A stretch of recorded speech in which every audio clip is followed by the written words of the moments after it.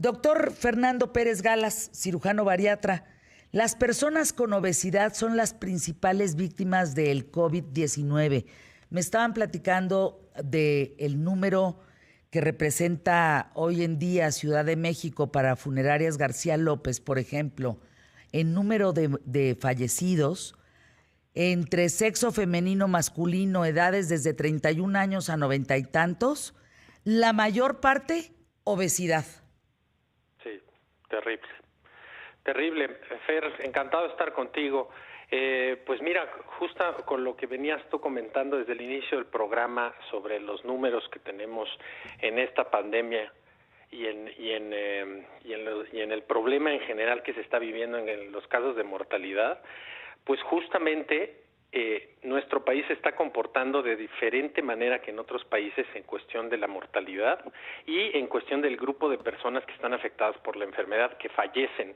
Y esto tiene que ver fundamentalmente por una razón fundamental, que es las enfermedades crónicas degenerativas que en México están en una epidemia. Entonces, por desgracia, México se va a comportar de forma diferente a otras partes del mundo porque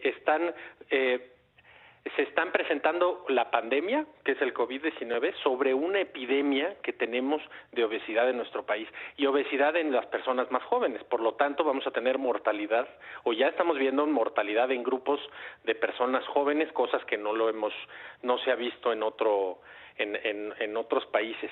Y mira, para poner, por ejemplo, los casos, y lo mencionabas, no nos vamos a meter ahí en cuántos números de pruebas hacemos o no hacemos en este país, que cabe el comentario decir que somos de los países que menos pruebas hacemos en el mundo, ¿no? Por debajo de nosotros está Senegal, por debajo de nosotros está Nigeria, ¿no? Perú está casi al doble o al triple de números de pruebas que ellos están realizando a su población, pero bueno, eso lo mencionaste perfectamente al inicio del programa y no quisiera generar mayor debate. Lo que sí es que tenemos el 8.1% de defunciones, lo cual nos coloca en uno de los países que más defunciones tienen por esta.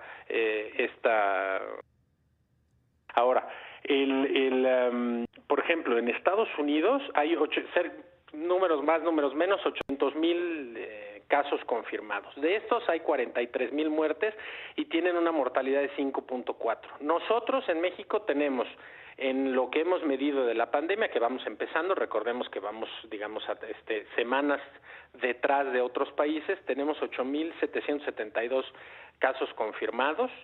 De estos hay 712 defunciones, los que nos da una tasa de defunción del 8.1%. Si empezamos a analizar un poquito más allá de esos casos, entonces vemos que el 86% de los casos son ambulatorios, pero el 14%, mucho más que en otros países, 14% de los casos requieren algún tipo de hospitalización. Y cabe mencionar que de los pacientes hospitalizados, el 15% tienen riesgo de mortalidad, o sea, es decir, la tasa de mortalidad en pacientes que están dentro del hospital, que están hospitalizados, es mucho mayor y esto lleva a un 15%. ¿Y qué tiene que ver? Obesidad, hipertensión y diabetes es el común denominador en estos pacientes y mira que no concuerdo con muchas veces las cosas que se dicen en las conferencias mañaneras, pero hoy hasta el propio presidente ya señaló que es un riesgo importante lo que tenemos en México a causa de la obesidad. Fíjate nada más. Es sorprendente. Ahora, ¿cómo le vamos a hacer, Fernando? Porque, pues así que como vamos a volver posiblemente, y que todavía dudo, pero que regresemos a las aulas el 1 de junio, pues no vamos a poder acabar con los obesos de aquí al 1 de junio. No, por supuesto que no. Esto, mira, decías, por supuesto que hay una responsabilidad personal, ¿no? Pues, claro. Lo mencionabas con el señor Sentíes hace un momento. Por supuesto que hay una responsabilidad personal, pero también hay una responsabilidad social y una responsabilidad de políticas públicas. O sea, no podemos solamente señalar al paciente que vive o a la persona que vive con obesidad que él es el único responsable de su estado. Durante durante años hemos pasado por alto la importancia de tener una educación en nutrición, una educación en ejercicio. Somos de los países que menos actividad física realizan. Reportes de la SEP se dice que hacen los niños en las escuelas ha disminuido notablemente la actividad física y las clases de educación física. Y ahora peor. Entonces ahorita, pues, ¿cuáles serían las recomendaciones en esta cuarentena? Pues primero, número uno, controlar la ansiedad. ¿Cómo? Con ejercicio. ¿Cómo? Con una alimentación balanceada. Otro de los tips que nos han dado nuestros psicólogos es tener horarios, pues establecer cuál va a ser la rutina dentro de estos días de confinamiento, para que no pues tengamos un mayor riesgo de que, lejos de salir con menor peso después de una pandemia, salgamos con mayor peso, ¿no? Pues yo estoy muy impactada, Fer, en los hábitos que están en torno a las familias en casa hoy en día. A mí me parece, y si hay algún chavo por ahí escuchándome, estudiante, tengan hábitos. O sea, sí levántense, báñense como si se fueran a la escuela. Digo, no es que te pongas el uniforme. Bueno, hay escuelas que sí te exigen el uniforme para las clases en línea. Mira, pues eso está muy bien. Ojalá todos lo exigieran. Claro, eso está muy bien. Y aparte porque hay que ponerlo también en perspectiva. El mundo más bien el mundo está cambiando. Claro. El mundo va a ser un parteaguas. Estamos en medio del cambio de una era. Va a ser la era antes del COVID y después la era después del COVID. Incluso las mismas relaciones interpersonales, la forma de trabajar, la forma de ir al doctor. Yo estoy atendiendo muchos pacientes en línea, cosa que antes la parte de telemedicina en nuestro país había estado pues un tanto relegada, y no solamente en nuestro país.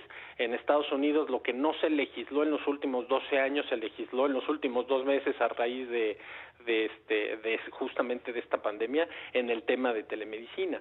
Entonces, en todos los ámbitos de nuestra vida, esta pandemia va a provocar un parteaguas, y por lo tanto pues debemos de generar las herramientas, ¿no?, que esto nos ayude pues para salir adelante.